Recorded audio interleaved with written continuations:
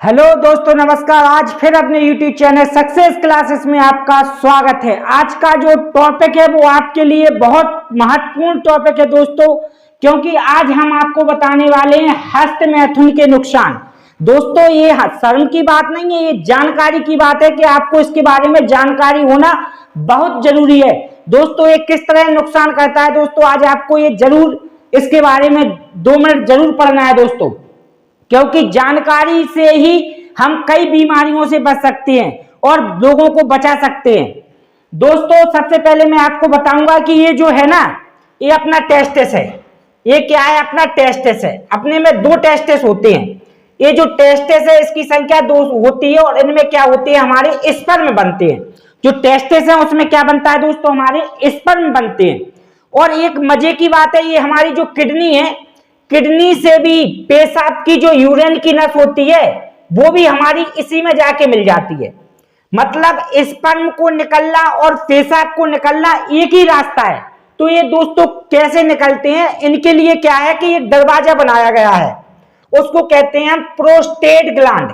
एक ग्लैंड लगी, एक ग्रंथि है जिसको कहते हैं प्रोस्टेट ग्लैंड।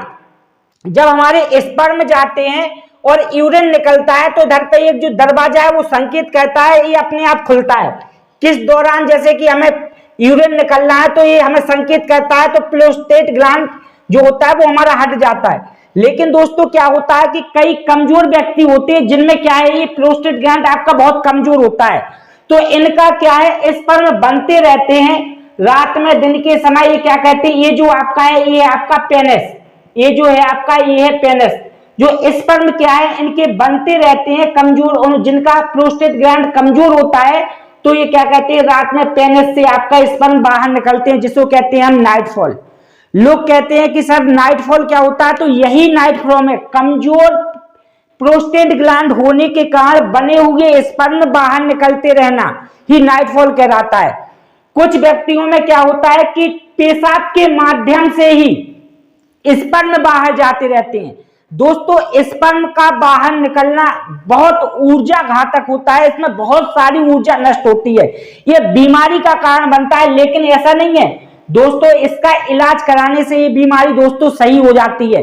तो अगर किसी को ये जो प्रोस्टेट ग्लैंड किसी का कमजोर रहता है, डॉक्टर के पास सलाह लेने से या बीमारी कराने से प्रोस्टेट ग्लैंड आपकी सही हो जाती है। ये जो टेस्टिस है ना, टेस्टिस के बाद जो जो नब्स गई है, जो ग्रंथि है, इसको कहते हैं हम वेस्टिपोरेन, वेस्टिडिपरेन। ये जो ग्रंथि है इसको हम वेस्टिडिपरेन कहते हैं। ये जाके किससे, प्रोस्टेट ग्लैंड से मिली रहती है।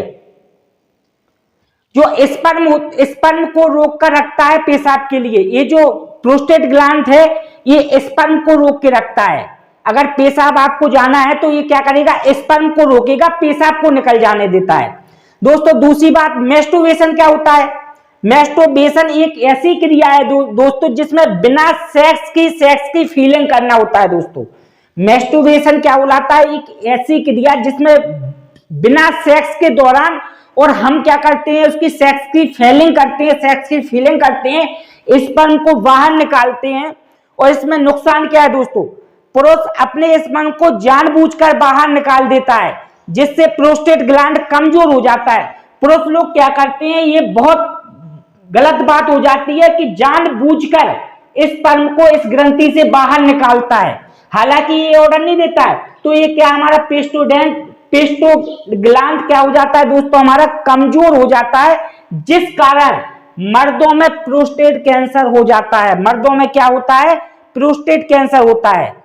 और औरतों की बात करें तो उसमें ब्रेस्ट कैंसर होता है। ये बहुत ज्यादा लोगों में प्रोस्टेट कैंसर पाया जा रहा है, क्योंकि ये बिना सेक्स के किए और सेक्स की फीलिंग लाके स्पर्म को बाहर निकालते हैं, जिनका ये प्रोस्टेट ग्लैंड कमजोर हो जाता है और खराब हो जाता है, जिस कारण कैंसर का रूप धारण कर लेता है और बहुत ज्यादा मुआवजा इनको भरना पड़ता है, बहुत ज्यादा जोखिम भरना पड़ता है दोस्तों। इसलिए आप ये कोशिश ना करें, प्रोस्टेट ग्लैंड का अगर किसी को ये बीमारी है तो वो जरूर डॉक्टर से सलाह लें, बहुत सारे डॉक्टर हैं।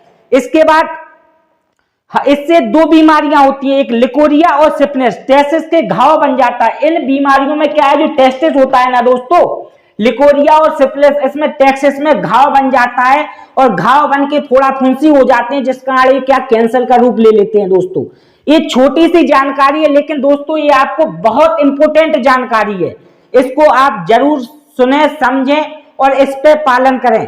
दोस्तों अपने दोस्तों को जरूर इसके बारे में बताएं, जिससे कि इस नुकसान से बच सकें। थैंक यू, धन्यवाद। अगर अच्छी लगे तो कमेंट में जरूर बताएं। थैंक यू, धन्यवाद।